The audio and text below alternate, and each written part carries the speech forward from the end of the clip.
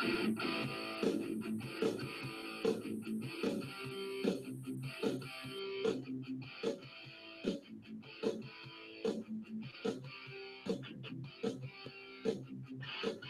everybody. I'm Mike. This is a bunch of Guns and Gear Reviews, and you are listening to The Right of the People, where we use the first to defend the second every Friday night at 7 p.m. Eastern.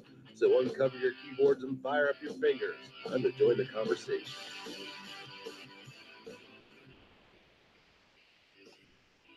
Good evening, everybody. I'm glad to see that you once again decided to spend some quality time listening to me blather on about whatever's got me irritated today.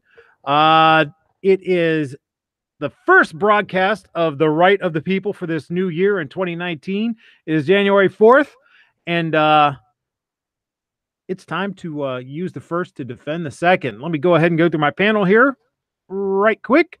We got Squib Load in the house, being a little bit of civil disobedience here. How you doing, sir?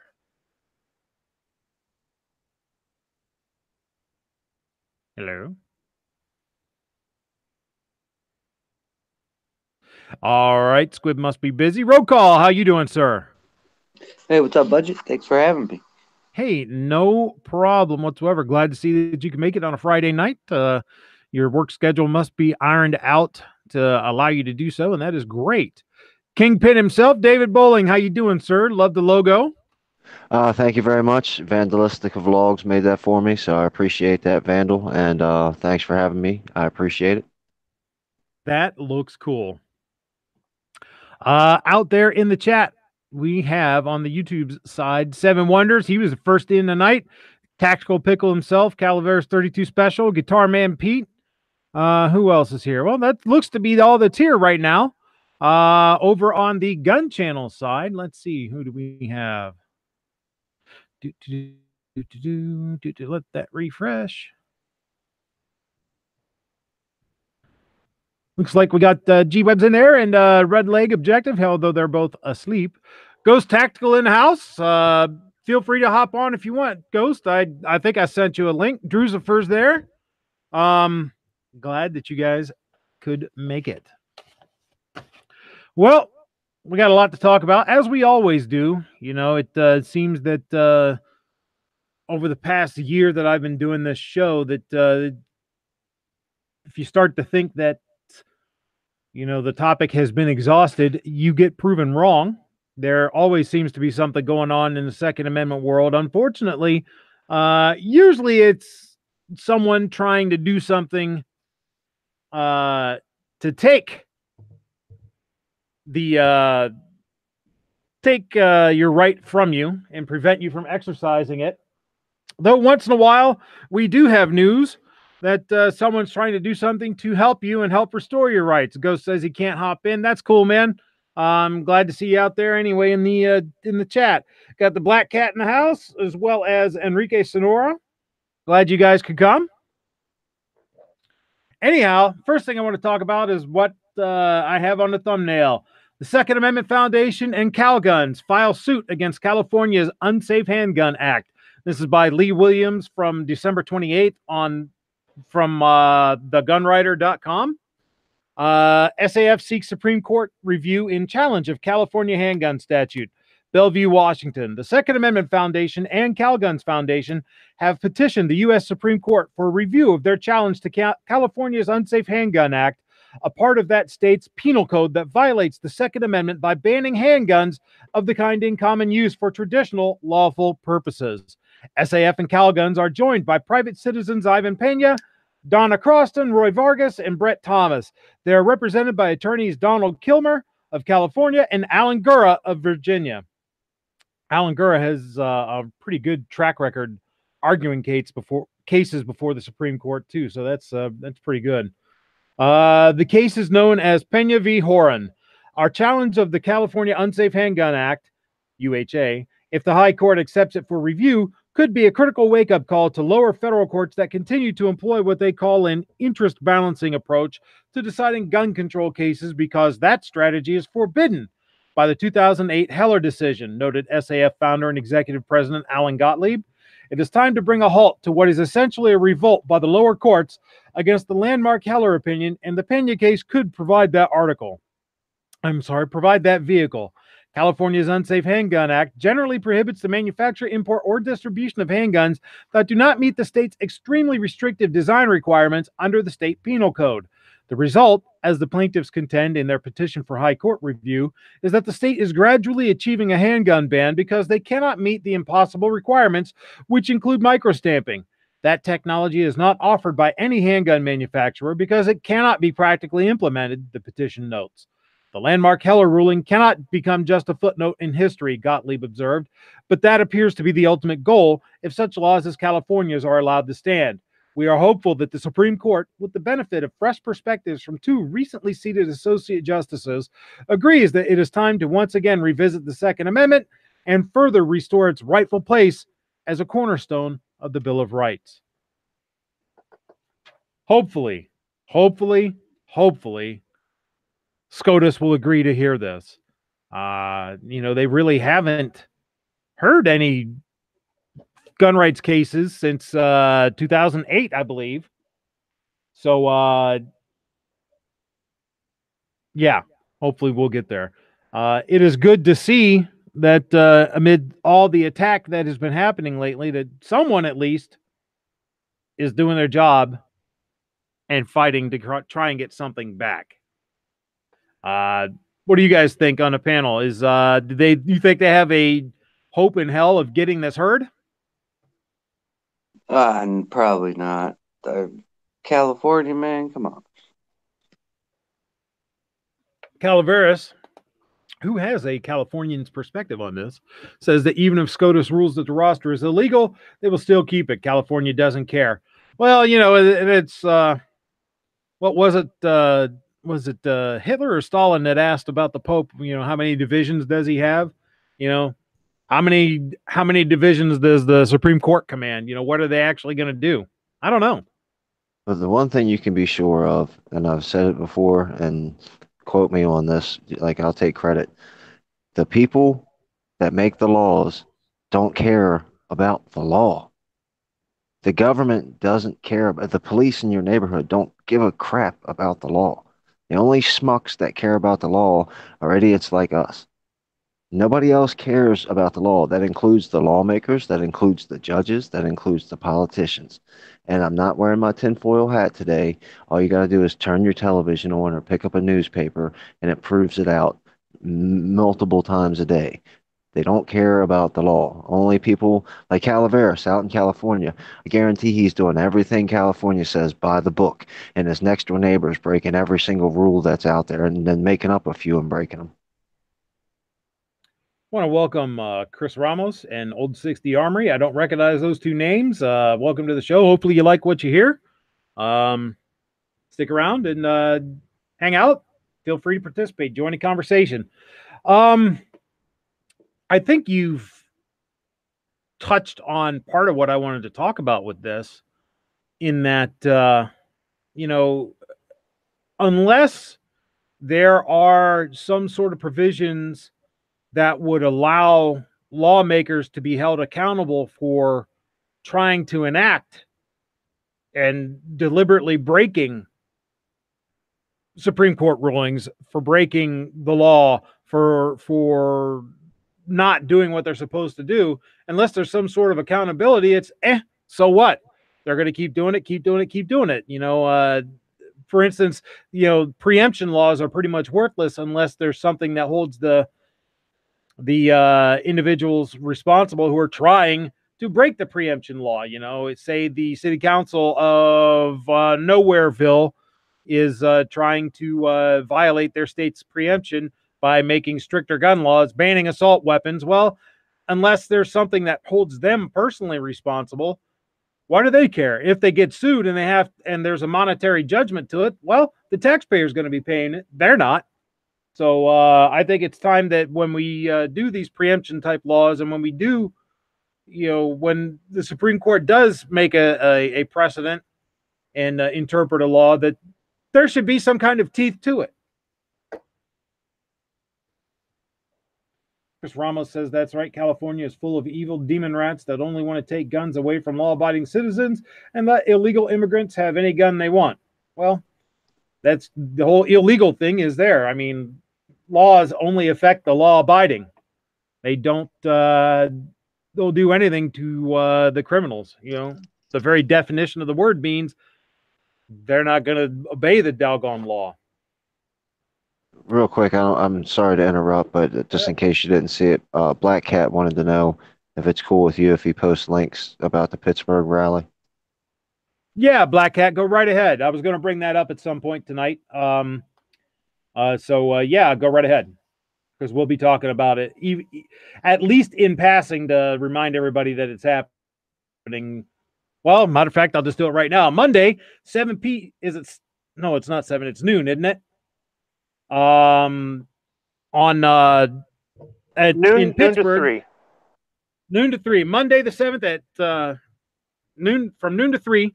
There is a rally in Pittsburgh to protest that city's proposed assault weapons ban and other anti-gun shenanigans. If you can make it there, go. Unfortunately, I cannot, even though it's like an hour and a half away. I can't make it because I have to work Sunday night and Monday night. So sometime in between, I have to sleep. But yes, absolutely. If you can, I would highly encourage you to go. Anytime there's any sort of pro-gun rally or rally in protest of anti-gun shenanigans, any of you hearing this should go if you at all can. As I preach every week, you know, it is incumbent upon gun owners to be politically active. I think that in today's climate, the very fact of owning a firearm, whether it's a muzzleloader, a shotgun, you know, your grandpa's side-by-side, or the over-under you use for sporting clays, or your precision rifle that you like to punch neat little ragged holes in paper a long distance away, to your tactical ARs and your defensive pistols, your concealed carry, anything, you know, from FUD to tactical Tommy, everybody should be involved politically in helping each other out and banding together against those who would strip us of our rights to have these weapons to enjoy for any lawful purpose that we wish. That's all of us. So, yeah. Calavera says California protects illegals. Look at the illegal gang member who shot and killed the cop in San Joaquin County. Yeah, no kidding. Speaking of California and their shenanigans, but wait, there's more. California broadens gun confiscation laws to include ammunition and certain magazines. Aspects of California's gun confiscation laws broadened on January 1st, 2019, as the state added ammunition and certain magazines to the list of items that can be confiscated when firearms are seized. KRCR reports that Senate Bill 1200, which Governor Jerry Brown, Democrat, signed into law, adds ammunition and bullet drums, I'm assuming they're talking drum magazines, to the list of items related to firearms that can be confiscated. This means that police executing a gun violence restraining order can not only sweep a gun owner's home for firearms, but for ammunition and certain firearm accessories as well. Other California gun controls, which took effect January 1st, 2019, include an expansion of training requirements necessary to acquire a concealed carry permit and inclusion of certain misdemeanors as justification for a lifetime ban on gun ownership. The Wall Street Journal reports that misdemeanor domestic violence charges, such as harmful touching of a spouse, roommate, or dating partner, can now be treated on par with domestic violence felonies and result in a total forfeiture of Second Amendment rights. You know, that's the thing.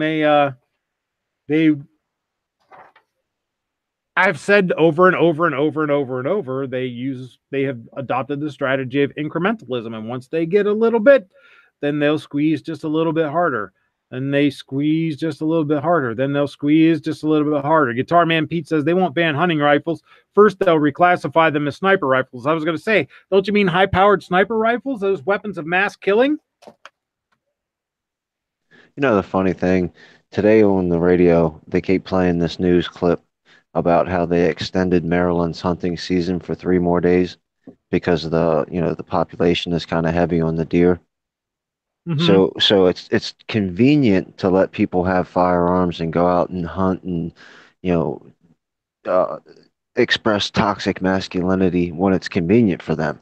But as soon as Monday comes and the extended hunting season's over, they're going to want you to give your rifle up again.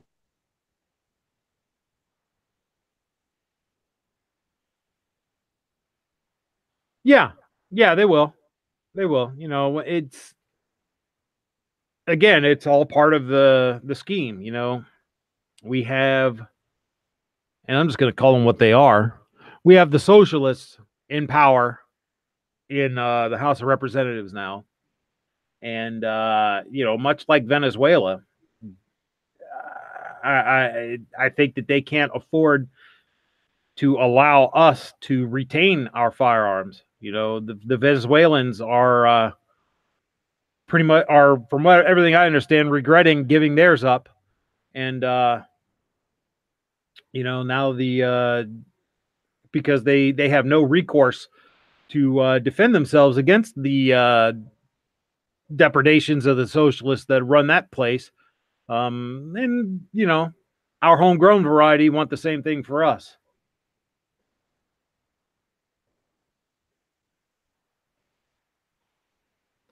Calaveras 32 Special says that he wants to know what happens to a person who falsely accuses someone of abuse or something else to get one of these red flag laws. Sure, it'll happen, just like false rape accusations.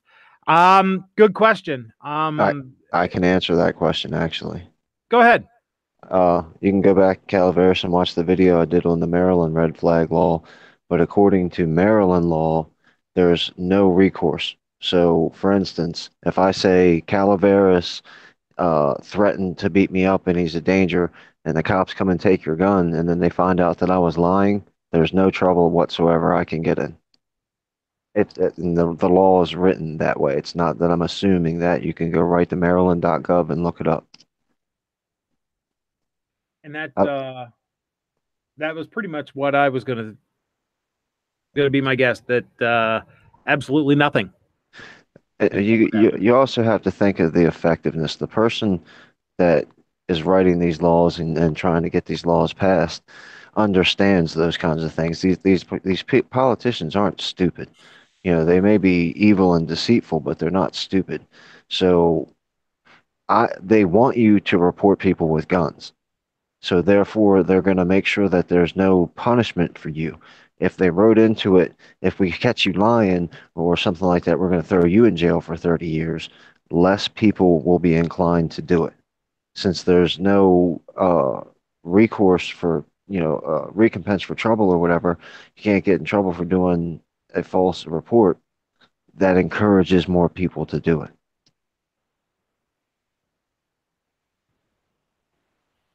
Psycho 316. He's touching on something that it'll make a good segue into it because we were talking about it in the pre-chat. Says that the midterms are over. Time for our Republican allies to stab gun owners in the back some more. Good thing we voted for them because the other side will be worse.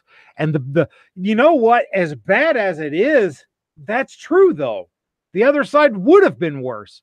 The other side will straight up tell you that they're worse. They'll straight up tell you that they're making gun control their priority. The problem is some of these weak-kneed, limp-wristed, spineless piece of garbage Republicans like Tiny Hands Red Flag Rubio are stabbing us right in the back at the first opportunity they get. This is a piece by Skylar Swisher in the South Florida Sun Sentinel. Senator Marco Rubio pushes federal red flag bill on firearms.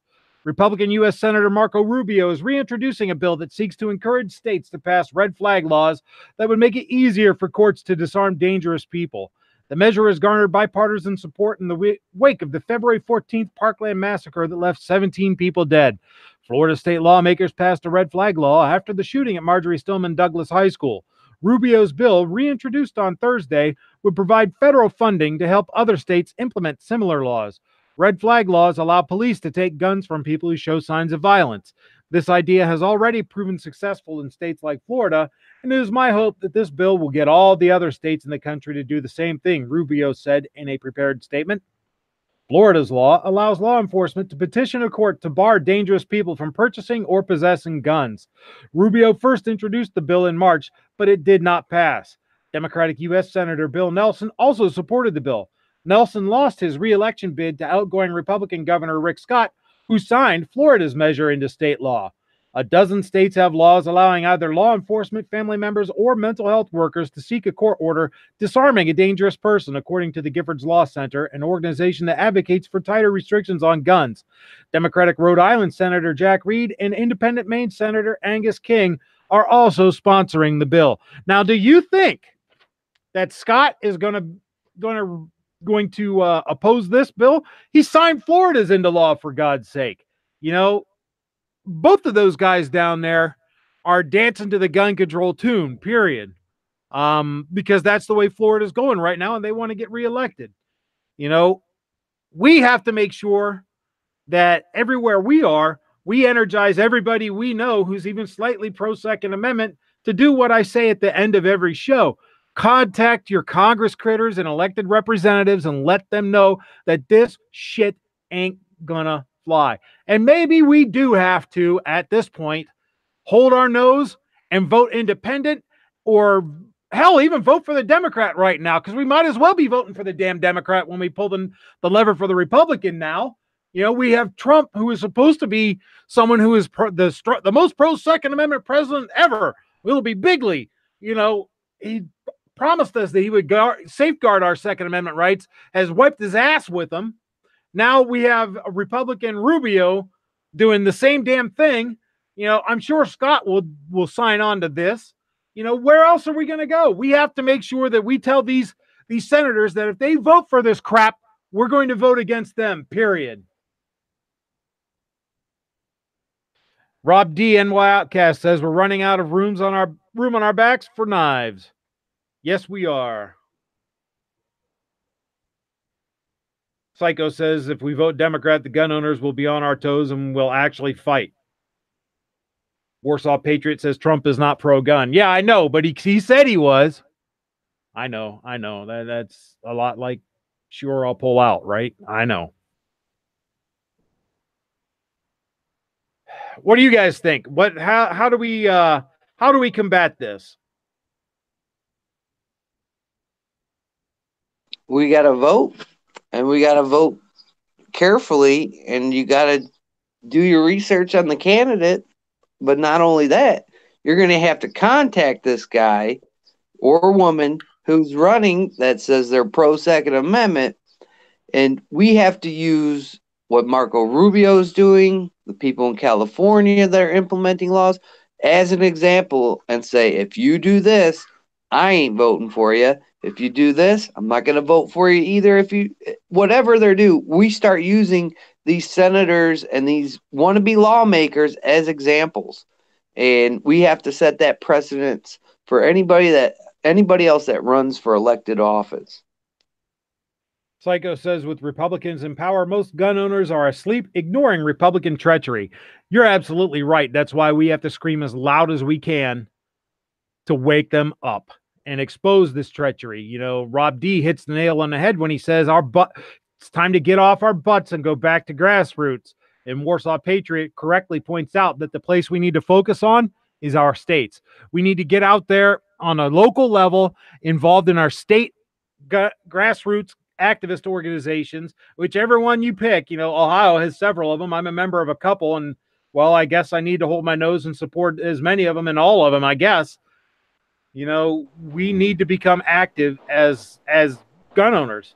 But that you are, all of you that are on air right now are active. You've been active. You're doing your part and then some. What about all the people that aren't getting off their butts, or they only get off their butts for the presidential elections, or they only get off their butts, like what Psycho was saying, when there's a Democrat in office?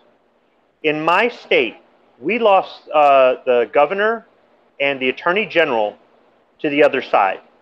The governor and attorney general of Michigan are now two people that are publicly anti-gun.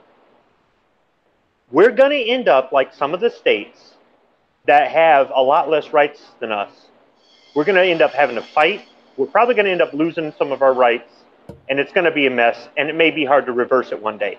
And the only time some of the people that live here that I'm ashamed of are going to get up off their butts is only until after something happens, or maybe at the next presidential election, if the governor's up for election at that point, or the attorney general, they'll vote then. I'm ashamed to say that. And I was thinking about something. Yesterday in Sarge's chat, I talked about Pittsburgh and how if they get away with it in Pittsburgh, they could get away with it in other cities in Pennsylvania or take the whole state. And if they do that, then Ohio is next, and then Michigan, and Indiana, and so on and so forth. And I was listening to a replay of a show from about a week ago where there were some people saying the same thing. But one of the persons was in a state where they are severely, severely restricted, and they'll probably never get their rights back. And hearing that person say it, it almost sounded like a threat against me. Like, if you don't do something, you're going to end up like us. And it was really threatening. And I started thinking, did I sound threatening last night? I hope not. That wasn't the way I meant it to be. I meant it to be, hey, if there's anything you can do, whether it just be vigilant in your state or vigilant at a national level, or possibly driving a couple hours to the neighboring state for a rally or something like that, then do it if you're capable of doing it. But I want to say that in the states where they have lost their rights, I'm just wondering if some of the people feel the way I do right now about Michigan, ashamed. When they say that in California there's like 8 million gun owners, okay, now and I know gun owners does not mean necessarily pro-2A. If all 8 million gun owners went out and voted, are you telling me they could still pass those laws? I don't think so. I know here in Michigan, for the governor election, there's a bunch of people that are pro-gun that didn't get off their butt and vote because Trump's in office and hey, whatever. And there were a lot of people who have never voted in this state before, young people that went to go vote. Why? Because they made marijuana legal and they wanted to make sure that it got in. So when they did that, they just went ahead and voted Democrat. They just went ahead and voted in a bunch of other laws, just voted yes to a bunch of other things that had nothing to do with marijuana, but that are going to hurt our state. And because we didn't get off our butt and fight that, now we've got to fight the two most powerful politicians in our state, and we could end up like another state. So I'm just wondering, if you live in one of these states that's really restricted or that's going downhill, do you feel like when you have a call to action for your neighbors in other states, do you ever think that you sound like you're threatening them? And do you feel any shame that your fellow citizens didn't want to get out there and vote despite the fact that you've been working your butt off? Because I got to tell you, there are days where I feel tired. I've been in this fight since the 90s. Some of the people I talked to didn't get off their butt until after Sandy Hook. Okay, that's fine. Maybe you didn't know, maybe you didn't care. That's great that you're in it now. But when I hear somebody start talking about something, I start to get ticked off. Kind of like, hey, I've been doing this for a while, So I just wonder how other people feel when it comes to that sort of thing. No. I agree. Pretty restricted state. You have a response to that? Yeah, absolutely, I do. Go ahead. For one, I've only been in the guns full time for just over a year. Guns specifically, and the Second Amendment specifically. Before that, I cared about freedom and rights, But since I've been more focused on the firearms, it's definitely made me look back. And the cool thing that's happened to me is you guys have all opened your arms and kind of gave me a big old hug and welcomed me into what I call the Gun Channels crew. And listening to your stories, like Squib's been in it since the 90s. I'm looking at myself like, man, I've got a lot of catching up to do. All these guys and girls have been working their butts off so I can have what I have in my closet behind me in a restrictive state. So I've got a lot of work to catch up on. So I feel like there's where I've been slacking and I need to step up and figure out what I can do more. But the one thing that I do also want to mention is this is a warning. This isn't a threat, but this is a warning to every single person that's ever going to watch this video, and you can share it with all your friends. Take a look at me and Calaveras and AWAG and learn from us. Maryland's not as bad as New Jersey, and New Jersey isn't as bad as California, but we're still here and we're still doing what we can. Don't let your state become us. Maryland's gone. It's not coming back. California's gone. It's not coming back. I don't know as much about New Jersey, but it's never going to get better here. Never, ever, ever. We got a Republican governor who signed the red flag law. We got a Republican governor who's all about taking guns away, and he's always been about it, and he says it out loud. California is not coming back. They're gone. Don't let Nevada become California. Don't let Michigan become Maryland. And I don't know how you don't let that happen. However you choose, like Squib said earlier, whatever you choose to do to defend your rights, do that. Because if you do nothing, just move here. Just move to California where it's sunny all year long, and stop living in a state where you're getting 4 feet of snow, or you got scorpions or something like that. Move somewhere nice. If you're not going to do anything at all, take your guns, sell them back to the store, and just be ready, because it's going to happen to your state. If you don't pay attention to what's happening on your state level, you will become Maryland. I don't even want to hear it. I'm usually in for any kind of discussion and any kind of debate.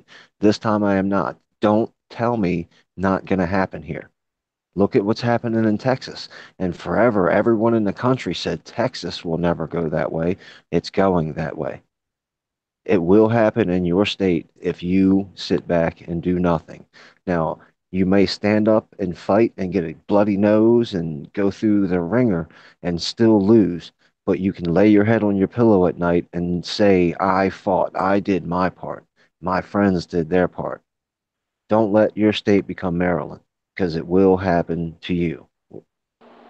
David, when you say don't let your state become Maryland, that doesn't sound like a threat. But when you have somebody from a state that has gone downhill because their neighbors didn't get up, that person got up, and I know what that frustration feels like. You've been doing your part, and the person to the left and the person to your right who ain't done a damn thing. And because of them, your state lost, and lost again, and lost again, and lost again. But you still persist and you fight. But when you tell somebody in another state, it's up to you to do something about it. Whoa, hold up. We're losing because your friends, your neighbors, your coworkers, your whatever didn't get off their ass. That's why I'm saying I'm kind of ashamed of Michigan, because that is exactly what happened here. And I'm about to be facing some of the stuff that you're saying don't let your state become. And I'm going to be out there and I'm going to do my best to fight. But I'm not going to tell somebody from another state it's their responsibility to come in here and fix it. So I guess that's where I was getting at. But I like the way that you explain that, though. And I do think that when you say don't let your state become Maryland, that has a lot more weight than saying it's up to you to fix this. One of the other things that we need to do, and when I say we, of course, I mean me. I'm not trying to tell anybody what to do, but is we need to be able to get on other people's level. If your next door neighbor cares about freedom but doesn't give a crap about guns, don't bring up guns. Talk about freedom of speech. Talk about, if you know the guy that's got the big yard with the giant no trespassing sign, and you every once in a while you bump into him while you guys are getting mail, mention to him, your no trespassing sign is under siege, just like everything else. And if he'll listen to you about firearms, that's fine. You can compare it to your firearms. But the people who are on the fence, or the people who just don't care about guns, some of those people care about freedom too. And if you can get on their level and say, look, it's not just the firearm, it's not just this piece of metal and polymer, it's your freedom that is going under assault here. One thing that I think we as gun owners and we as advocates can do is, and it's real easy, maybe not easy, but it is simple, is that, I brought up the whole spectrum of gun owners, from the FUDs to the tacticals and everybody in between. And the fact that usually, we have a hard time all trying to pull in the same direction. We have a hard time getting certain types of people with certain interests to understand that we all need to stand together, because they're on the chopping block too. Yeah, I'm going to go ahead and Clover, if you're listening, I hope you don't mind this. I'm going to read what you posted on Facebook about this topic, and Clover says, if we spent half as much time working to converse with and educate those who simply enjoy firearms as much as anyone else, where could we go?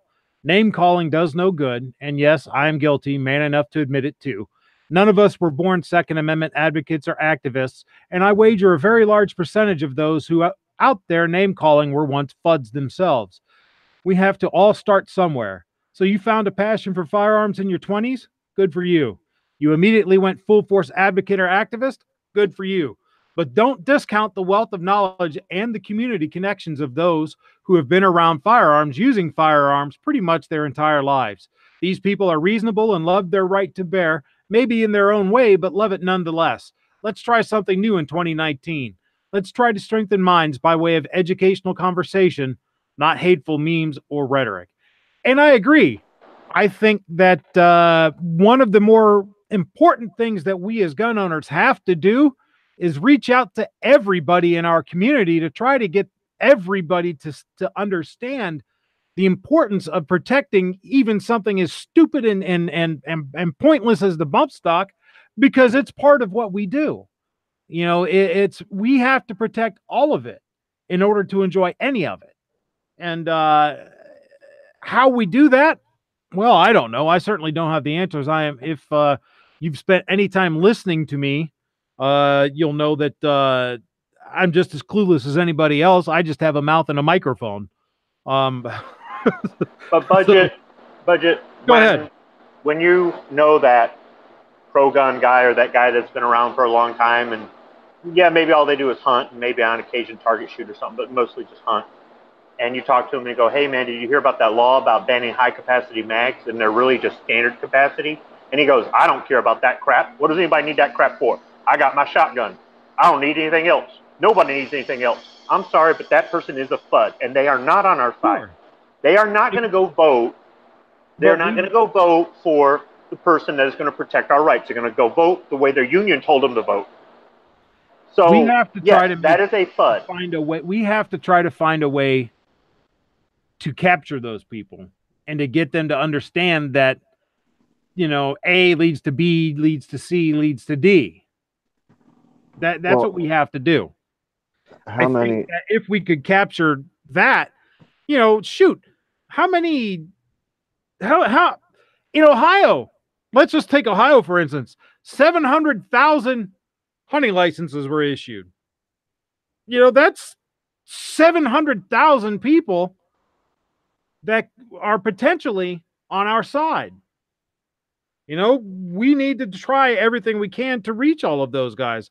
My local sportsman's club, for years and years and years, all they did was shoot, trap, and skeet. That's it. They had a lot of land. They had lots of places where there could be pistol ranges and rifle ranges and whatnot, but they didn't. They did nothing but trap and skeet until some local people who were into pistols and rifles and whatnot started becoming members, started hanging out with those guys, and started to get them to change and be accepting of the other aspects of firearms. It is, one thing that they say in treatment for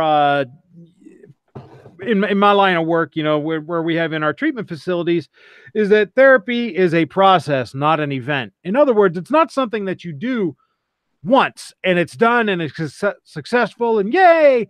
It is an ongoing process that you keep going back to time and time again, and it only has success done gradually. Again, it's the strategy of incrementalism. You reach out, you make that contact, you make a connection with that person, you find some common ground, and then you build on it from there.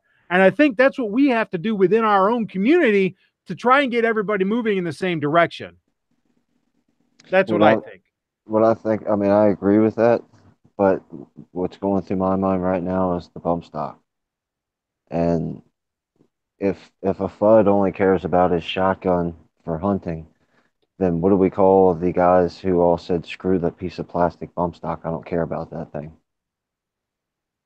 And then once it's gone, now that the legislature or the law has been illegally written and signed, now people are like, "No, don't take my freedom away. That's a violation of my constitution." Well, where were you yesterday? I know where you were yesterday. You were the guy that was screaming, "Screw the bump stock," because I don't care about that thing.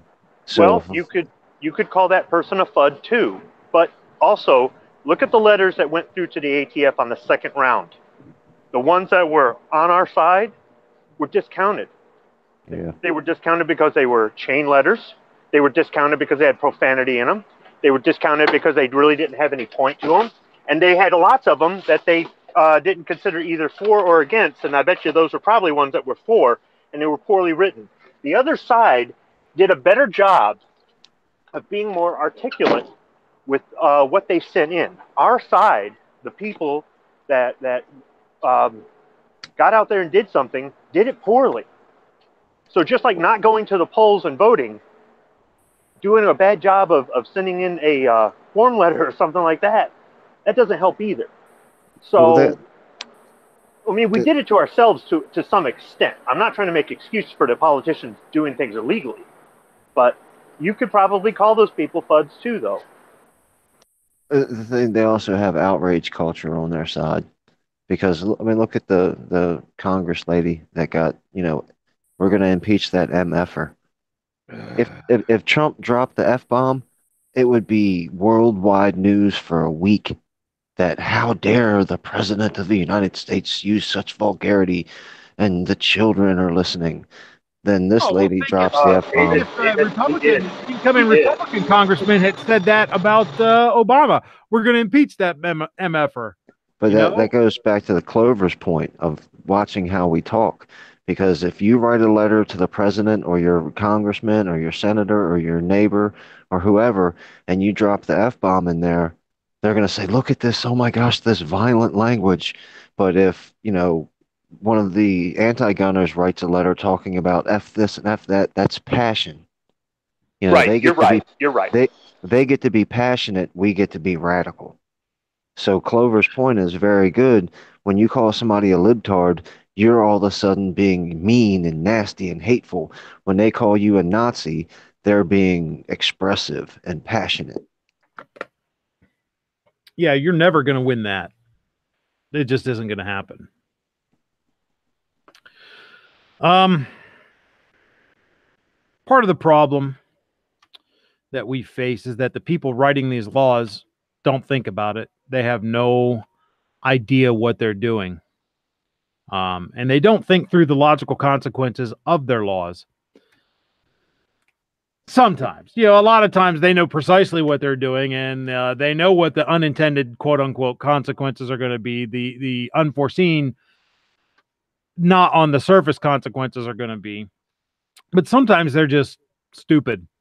Vermont is experiencing that right now. This is from Tom Knighton in bearingarms.com. Vermont learns police can't conduct NICS checks after passing bill. Vermont thought background checks were these easy things that anyone could get. The state passed a universal background check bill and figured all was well. However, the state has learned that the background checks performed by state police are less comprehensive than the NICS checks. Whoops. Vermont's law enforcement agencies would not be able to carry out background checks on private firearm sales, the Department of Public Safety has determined. Excuse me, please.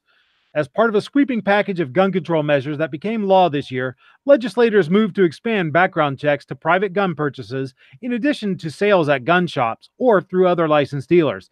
Lawmakers also asked the Department of Public Safety to find out whether state and local police, in addition to gun dealers, would be able to run background checks on sales that occur outside the retail sphere.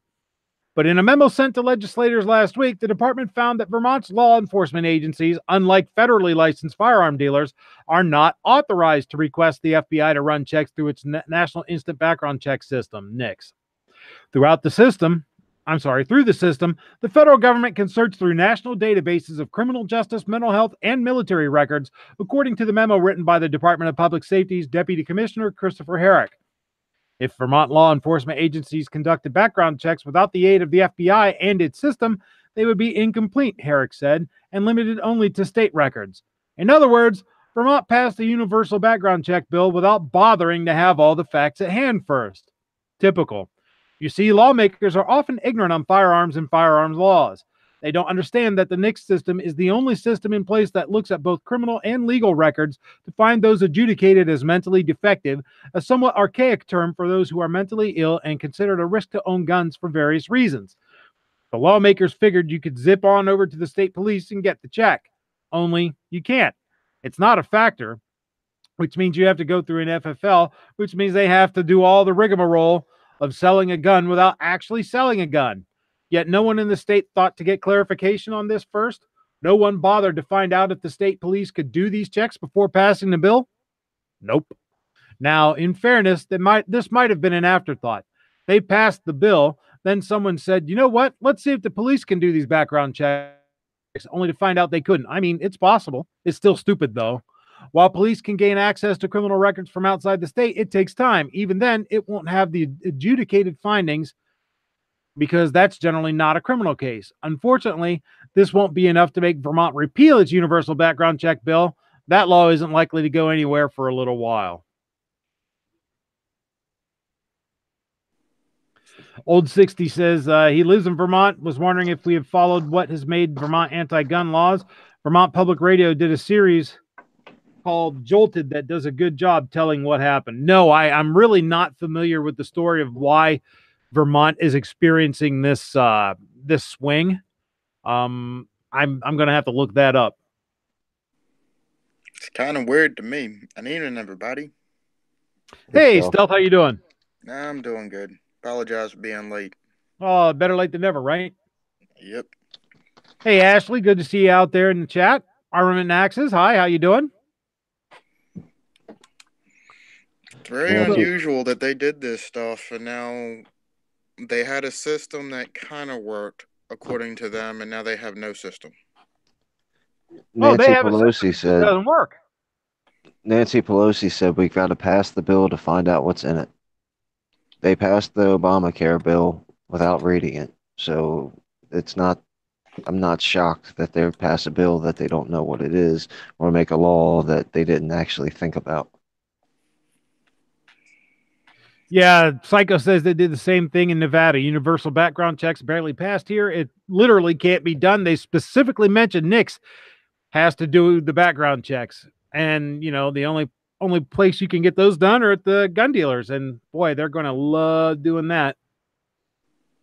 Armament Naxis says, don't they have the NICS in Vermont? Yeah, they do. But from what I understand, these background checks, the law is written and Old 60, please correct me if I'm wrong here. The way I understand it is that the law is written that for these universal background checks, they have to be done by the police. You go to the police station, have them do the background check, and then you can sell your gun to your buddy or your dad or your son or whatever. Problem is the police can't do them. It has to be done at a gun dealer, but the law says that it has to be done at the police. So it's kind of a does not compute, you know, kind of make the sci-fi robots blow up thing. And the cynical part of me says that they did that crap on purpose. Of course they did. That's how they always work. I'm telling you right now, background checks don't work. Of course not. I mean, look at, you know, the vast majority of the mass killers over the last, you know, since Columbine have gotten their firearms via background checks. There's also a lot of misinformation and myths out there. I'm always saying, blame the media, blame the movies, even blame some of our people out there. You know, the guy who runs his mouth at the gun show and talks about these things that aren't real.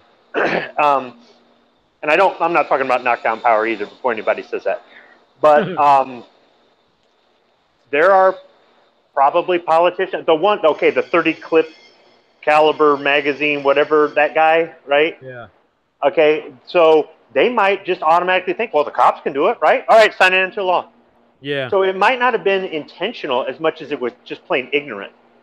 And I don't think that the politicians need to be experts on everything that they put into law. I think that they have staff and researchers, and there are plenty of people out there who can bring an expert opinion to them, and they can make the judgment. It's when they don't use those resources. And I don't just mean about guns, I mean other things. What if they started passing laws about, well, like Obamacare, right? How many damn doctors did they ask? They didn't, did they? Even though doctors were going on TV going, this isn't going to be good for us, right? So it's not just about guns, it's about other things. They cannot possibly be expected to know everything about everything. So get some facts, do some research. You've got all this time. You've got people that work for you. You've got college interns with nothing better to do. Get some research. Compare your stuff to the guy that sits next to you at city council or in the congressional chambers or whatever. Fact check. I mean, this is not hard to do, but I know that's asking a lot out of our politicians. Pacific Northwest Woods out over on the Gun Channel side. I think it's Pacific Northwest. PNW. I'm assuming that means Pacific Northwest. PNW Woods says most laws don't compute. That's right.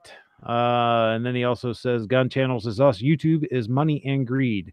Yes, it is. Unfortunately, it is the biggest platform to use within the second largest search engine. So, kind of stuck with it for now. Although we should support other platforms like GunTube, like GunStreamer, so that they can become the 800-pound gorilla of the video sharing world, so that we can then finally tell YouTube to go pound sand. Old 60 Armory says they knew what their law said and were told before it was passed that the police couldn't do it, but they chose to pass it anyway. They decided to ask the police anyway. Yeah, so wonderful. They knew what they were doing. Which is kind of what I figured. It's just as California with this Unsafe Handgun Act that requires and mandates technology that doesn't exist and doesn't work. They knew what they were doing. They knew for a fact that it wasn't going to work. That they were all they were accomplishing was dwindling the existing pool of handguns available to Californians. Just like the Hughes Amendment, all it did was made sure that in time there would be no more machine guns as they wear out and none can be made for civilian use, that eventually there would be none available for civilian use. This is deliberate and done intentionally. That's my opinion anyway. But then again, I have been known to be a little bit cynical.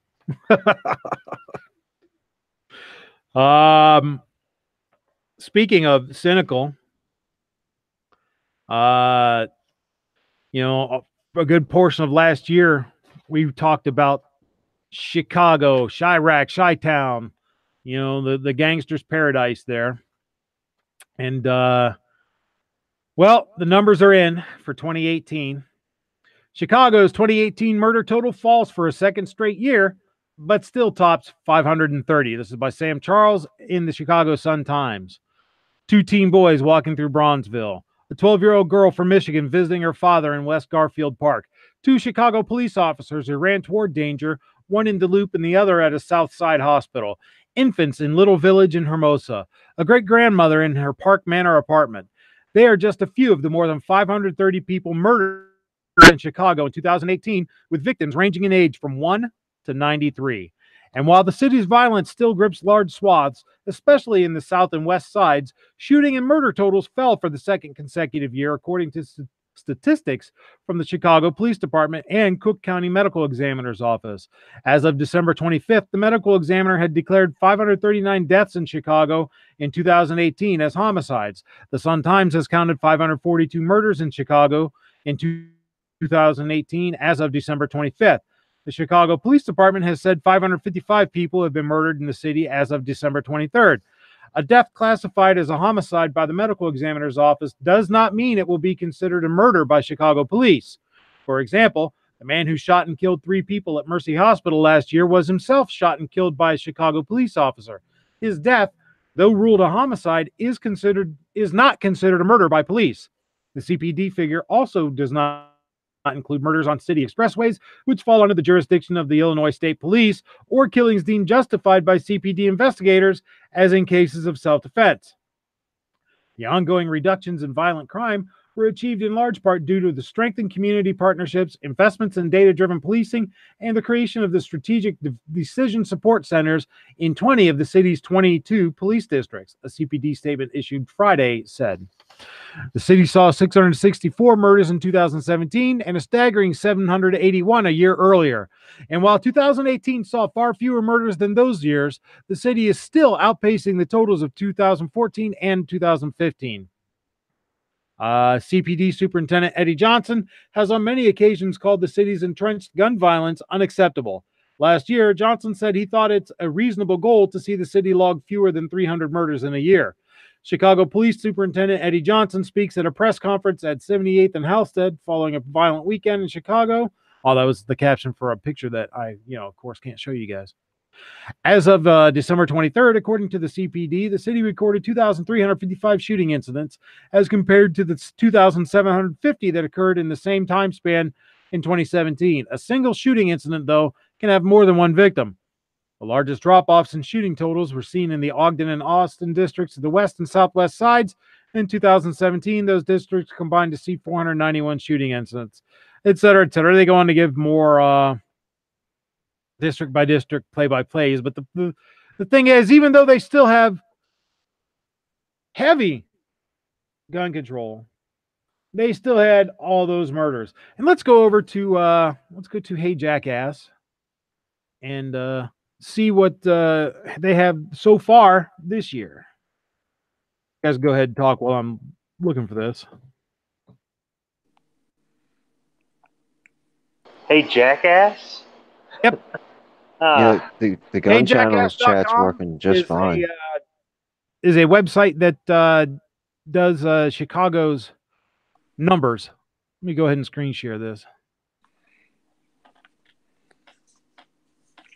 So you got Johnny Knoxville sitting up in an office somewhere doing numbers for Chicago?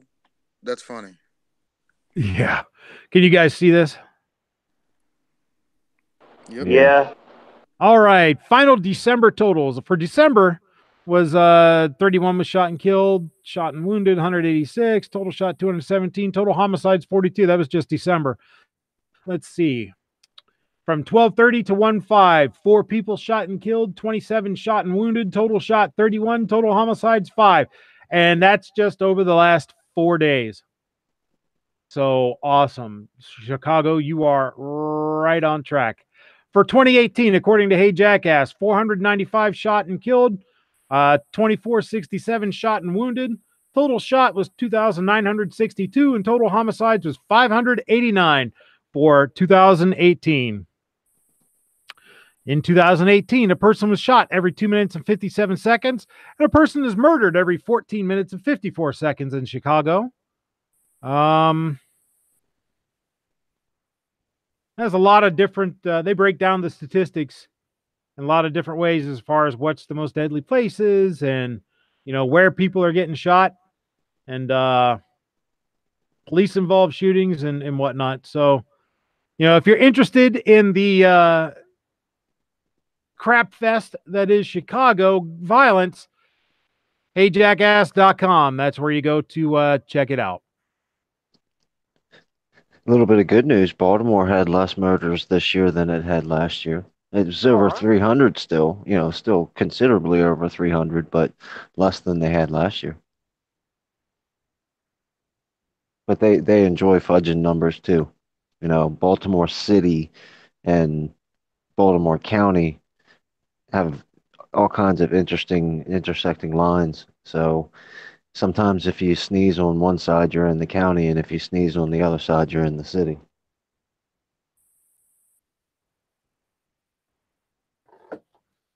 Yeah, and they're going to they're going to do everything they can to, never let the facts get in the way of the narrative, right? Yep.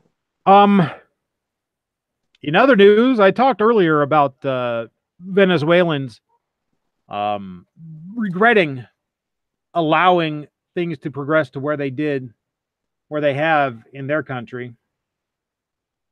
But Venezuelans aren't the only one. In Brazil, there's a movement to restore their firearms rights. This is a piece by A.W.R. Hawkins in Breitbart. Brazil's Jair Bolsonaro. Hoodlums already have guns. Time to level playing field. This is from January 2nd. Brazil's new president, Jair Bolsonaro, notes that hoodlums already have guns and demands changes to level the playing field by allowing law-abiding citizens better access to firearms for self-defense. In fact, on December 30th, 2018, Breitbart News reported that Bolsonaro announced that he will decree protections on the people's right to own guns so as to turn the tide on criminals who have spent years preying on the defenseless. He tweeted, "By decree, we intend to guarantee the posse of firearms for the citizens without criminal antecedents, as well as make its registration definitive." In other words, I guess he wants to allow possession of firearms for law-abiding citizens. Wow, who'd have thunk that would have been a good idea? The Wall Street Journal reported on Brazilians who are yearning for the change in the change that Bolsonaro personifies. For example, Claudio Sotero Junior owns a store selling bodybuilding supplements. He has had the store for 12 years and has been robbed at gunpoint 6 times since 2006. And 3 years ago, Sotero Junior had to give up teaching kickboxing classes to pick up his wife from work every day after gunmen robbed and sexually assaulted her at a bus stop. He said he wishes he could own a Glock handgun. Sotero Junior observed, "It's not fair. We've become hostages in our own country. We can't take it anymore." A 47-year-old sales executive named Ricardo Gouveia echoed Sotero Junior's sentiment, saying, "No one feels safe anymore, anywhere in Brazil. Everyone has a right to defend themselves." On December 14th, Breitbart News reported Venezuelans lamented the draconian gun controls put in place by Hugo Chavez in 2012. Fox News spoke to Javier Venegas, a Venezuelan English teacher now and living in Ecuador. Venegas said guns would have served as a vital pillar to remaining a free people, or at least be able to put up a fight. The government security forces at the beginning of this debacle knew they had no real opposition to their force. Once things were this bad, it was a clear declaration of war against an unarmed population. Bolsonaro is determined that law-abiding Brazilians will be spared the plight Venezuelans are facing. Good for them. It seems that there are politicians in Brazil, of all places, who get what a fundamental principle that some American politicians seemingly don't. But then again, putting on my cynical hat, I think our politicians get the principle very well. They just don't like it. What do you guys think? Good thing, bad thing? Don't care, it doesn't affect us? It's a good thing. And if they succeed, maybe a plan in case something happens here. Ask for help, too. You know? That's right. Guitar Man Pete puts it very succinctly. He says, when the people fear government, there is tyranny. When the government fears the people, there is liberty. And that's it. That is it. That's how it's always been. That's all that maintains your liberty, is the government knowing that we have the means, method, and opportunity to defend ourselves from their tyranny. And speaking of means, method, and opportunity to defend ourselves, we're going to go ahead and move on to our final segment, the self-defense shoutouts. For those of you who are new to the show or who haven't stuck around to the end, the self-defense shoutouts is not where I'm celebrating in the death or injury of the bad guy. It is where I am celebrating the fact that the good guy had the means, method, and opportunity to defend themselves and had access to the tools with which to do so. First up is from December 29th in Katy, Texas. This is by Deborah Wrigley from KTRK. HCSO investigating after man shot at robbery suspects in West Harris County, Katy, Texas. An attempted robbery turned into a shootout between a pair of suspects and a husband protecting his wife, according to the Harris County Sheriff's Office. The attempted armed robbery happened around 2:30 p.m. in a busy parking lot of a Randall's store on Fry Road. Detectives believe the suspects were juggers who followed the couple from a bank across the street. No, don't ask. I have no idea what the hell a jugger is. The couple went grocery shopping and were about to load the groceries in their SUV when a black Cadillac SUV pulled into a parking space in front of them. An investigator said one man pulled out a gun and demanded the woman's purse. Her husband was on the other side of the car and pulled his weapon. Moments later, shots were exchanged. The husband fired 4 rounds, hitting both men, according to deputies. The suspects got into the getaway car and pulled onto Fry Road, where the vehicle crashed out, leaving 2 men to run off on foot. The driver, who was hit in the shoulder, ran to a nearby fire station for help and collapsed. He was transported to the hospital and treated. His partner remains at large. Good for him. Absolutely wonderful. Next up, from Ionia County in Michigan. This is from the Ionia County Sheriff's Facebook page.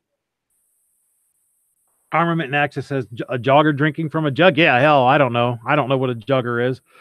Homeowner kills intrusion suspect.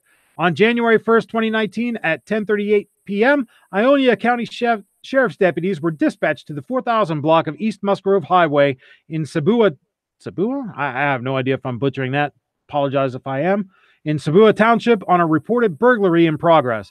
The original dispatch indicated that an intruder had forced his way into the home and had claimed to the startled homeowners that he was being chased by someone else who was trying to kill him. The homeowner of the residence, once arming himself with a firearm, went outside with the man, but could not locate anyone or any evidence that anyone else was outside or had been chasing the intruder when he came into their home uninvited.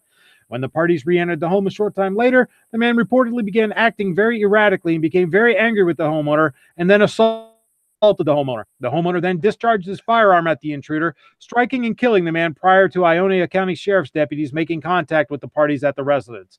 Evidence was collected at the scene of the shooting and will be processed and submitted to the Ionia County Prosecutor's Office for review. The homeowner who fired the shot that killed the intruder has not been arrested at this time, pending prosecutor review, and is cooperating with law enforcement. The decedent is identified as Justin Eddy, 40, of Lansing, Michigan. There's no known connection between Justin Eddy and the homeowners, and it is unknown why Eddy chose that particular home to enter, although drugs and alcohol are suspected factors in this case. Do you want me to read you what a jogger is? Sure. What's a jogger? According to Urban Dictionary, it is a criminal who sits in a vehicle in or near a bank parking lot looking for possible victims, leaving a bank who carry bank or paper bags, briefcases, satchels, or like, then rob them at their first stop after leaving the bank. Oh. You learn something new every day. There you go. Yeah, that's a new one on me. Never heard of it before. Well, now we know. And knowing is half the battle, right? Anyone who knows what I'm talking about there, you're old. Like, Yo, Joe. That's right. Yep. Up next from January 2nd, 2019, by Chance Swaim on Kansas.com. Hold on, let me take a drink here. Had my own jug. Wichita teen killed by customer during armed robbery had a gun, police say. 16-year-old Wichita boy who was shot in the head by a customer during a gas station robbery had a gun when he was shot, police said. Wichita police did not say whether the 16-year-old was moving toward or away from the customer when he was shot. They would not describe the position of the customer relative to the teen. It's an active investigation. We're not going to go into details of that, Wichita police officer Charlie Davidson said Wednesday. Here's what police have said so far. Around 2:45 p.m. on Friday, police were called to a shooting at B&H Fast Trips on a gas station and convenience store near 26th and Seneca in South Wichita. 4 people had entered the store, pointed handguns at an employee and customers, and demanded money, Wichita police said in a news release. They took money and cigarettes and stole a wallet from a customer, police said. The teen was shot by 42-year-old male customer who pulled his gun and fired multiple shots at the alleged robbers. Police said the 42-year-old had been robbed before he shot. The other 3 suspects fled the store, police said. Wichita Police Lieutenant Chris Halloran said a customer at a South Wichita gas station and convenience store shot and critically injured one of the 4 robbers Friday afternoon. 3 robbers ran away. Kansas is among states that say citizens who are in a place lawfully have no legal duty to retreat from an attacker. Killings are justifiable when a person reasonably believes deadly force is necessary to prevent death or extreme harm to self or others. In our state here in Kansas, we do have an open carry and carry concealed, Wichita Police Lieutenant Chris Halloran said at the scene. So individuals breaking the law may never know when someone in line at a store, in this example, has a gun. That's what happened in this case. Wichita police said this robbery is related to an earlier robbery just after noon on Friday at the Family Dollar store on Woodlawn. In that case, 3 people held up an employee at gunpoint and took money and cigarettes. A 17-year-old boy was arrested Sunday on suspicion of 3 counts of aggravated robbery in connection to the armed robberies. Police are still searching for the 2 other suspects, Davidson said. He did not identify them. Well, you know what? A lot of people try to no, Giz, give your take on it, man. Don't shy away from doing a story just because someone else did it. I'm sure that somewhere in some chats this week, people have talked about several of the things I've discussed tonight, but I'm going to give my take on it. You give yours in your show. Don't ever let somebody else, the fact that somebody else did something, dissuade you from doing your own version of it, man. Ever. Because you will have an opinion and view of it that I may not. And last but absolutely not least, from January 2nd by Brandon Wisbaum. And I forget where this is from. But a woman says in a 911 call she shot intruder after he wouldn't leave. Wilmington, North Carolina. A Wilmington woman reportedly shot and killed an intruder last month after he wouldn't leave her home. 911 records released Wednesday reveal law enforcement officers are still investigating the death of 31-year-old Brian Funderburk Jr., who was found fatally shot in a home on South 13th Street in the Hillcrest housing community on December 14th. The 911 call provides the first glimpse into what may have happened. The woman, who has not been identified publicly by police, reported the shooting just before 6 p.m., according to 911 logs. I didn't know I left my house keys in my door and I was getting in my shower, and I shot this man, the audibly distraught woman said. I was telling him to get out of my house, and he wouldn't leave. The caller hung up a short time later and did not answer when called back, according to 911 records. Linda Thompson, spokesperson for Wilmington Police Department, declined to answer specific questions about the incident, saying the case is still under investigation. No arrests have been made at this time, Thompson said in a phone interview Wednesday afternoon. At the time of the shooting, Funderburk was on supervised probation stemming from a January 11th conviction on charges of possession of a Schedule II substance and driving with a revoked license, according to the North Carolina Department of Corrections records. He had numerous prior convictions on drug, larceny, and trespassing charges. So there you go. Several incidents already, maybe, 1 or maybe 2 stemming from the past week over just before 2019. But still, we're starting the year off with a few examples of people using firearms to defend themselves or others.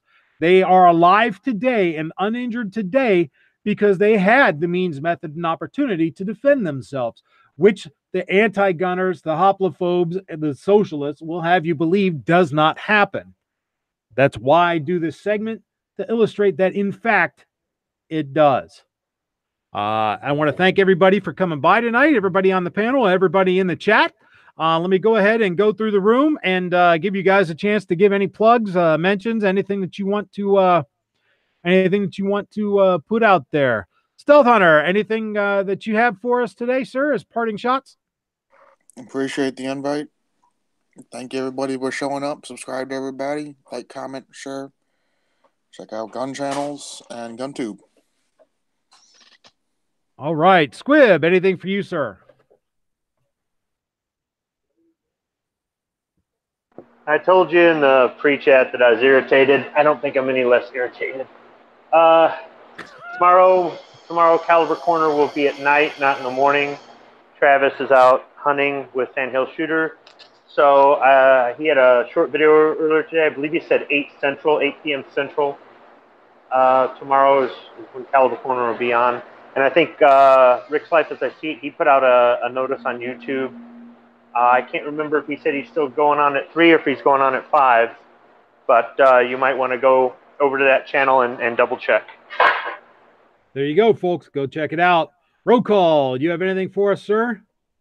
Just thanks for having me on, and I'm working on some videos that I'll be putting out in the next week. So if you want to go watch my channel, go watch my channel with the videos that I have already. But I'm be working on some other ones that will be coming up this week. Thanks for having me. There you go, folks. Go check out Roll Call 219. If you're not already a sub, why not? You should be. And the Kingpin himself, David Bowling, what do you have for us, sir? Always a pleasure. Thank you very much for the invite. I appreciate it. Don't forget to like, share, and subscribe to Budget Guns and Gears Reviews. And just in case you didn't know, there's other places that you can find Budget, like check him out on Gunstreamer, check him out on MeWe, which I got your notification the other day, so I signed up to MeWe as well, so I can come check you out over there. Uh, Obviously, check out gunchannels.com. The chat works just fine. The videos all played as fine. There's some really good people over there. Night Strike, go back, watch his Friday Night Strike. He was on a little earlier. He talked about the work that he did with that he's been doing with GunTube, and he went through some of the numbers, the analytics and stuff like that, like how many videos have been posted and how many likes and stuff. So it's pretty interesting. He does it pretty early in the chat, so go check out guntube.org. Thank you, sir. As always, I want to leave us with the encouragement to do what we always talk about.